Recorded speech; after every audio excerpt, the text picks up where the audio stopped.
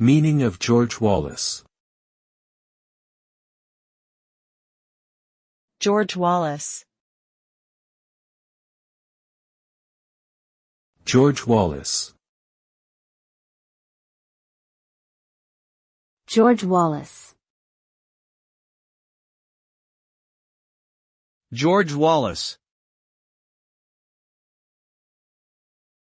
George Wallace was an American politician who served as the governor of Alabama for 4 terms and ran for the U.S. presidency 4 times. He is best known for his segregationist views and opposition to the civil rights movement in the 1960s. He famously stood in the doorway of a university building to block the integration of black students. His notoriety led to an assassination attempt in 1972 that left him paralyzed.